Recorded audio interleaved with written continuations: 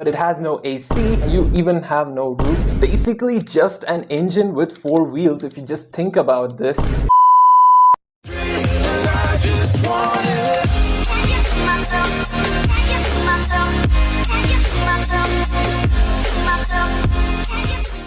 Okay, how's it hanging, folks? It's your boy DCS back on another video with my face again. Well, yeah.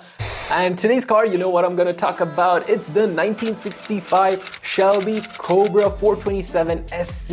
Yes, guys, it's not the AC, the SC version, semi-competition one. As this car, well, it's right here. The Cobra is right here, and wow, it looks so amazing. Like, the details on this are so pretty. One of my favorite classic cars is the Cobra 427 SC, and you do get this pretty look like the Kinsmart version. And if you guys haven't watched the restoration part, more like the detailing part of this car, don't worry, it'll be popping up in the screen right here, so do check it out. And also I've uploaded the intro part just to give a proper look around of this car, guys, so do check out both of those videos. It has such a beautiful styling, but don't even think about daily driving this. If you guys actually own one of these, so you know the struggles, because it is fun to drive around, no mistaking that, but it has no AC, you even have no roof, so don't even think about driving this car in the rain, like seriously, unless you like getting wet inside of your car.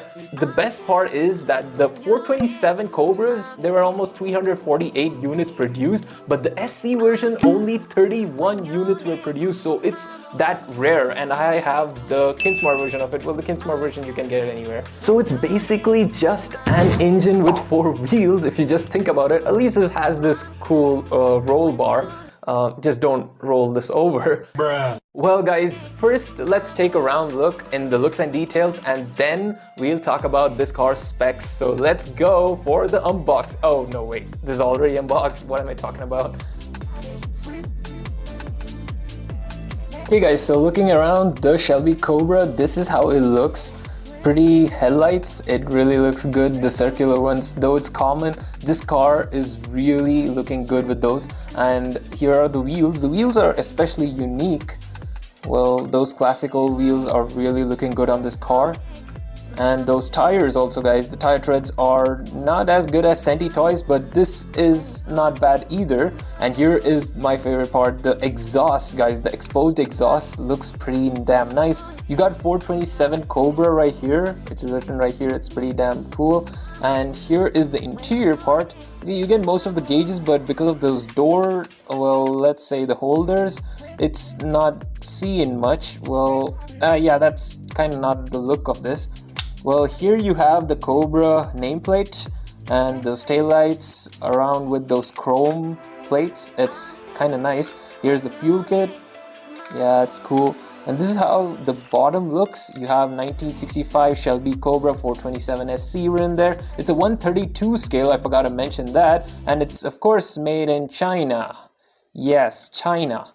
Okay guys, so that's the overall look. Let's hear its engine. I mean, pull back. Yeah, pretty fast now that I've lubed the motor up. So yeah guys, now let's head to the specs of this 427 SC.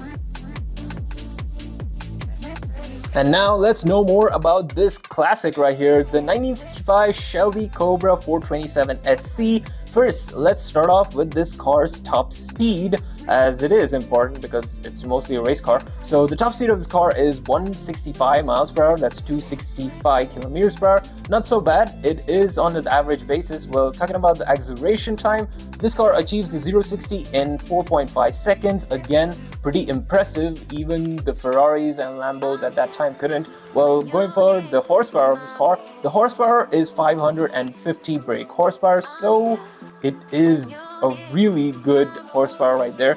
Well, it comes from the engine, guys. So the engine is the Ford Big Block 427. That's the 7-liter V8. And note this is a carbureted engine, obviously in 1965. So talking about its transmission, you get a 4-speed manual only. I guess if they would have upped one more gear, it would have been better. Well, talking about the body style, is a 2-seater sports roadster, guys. So with no top.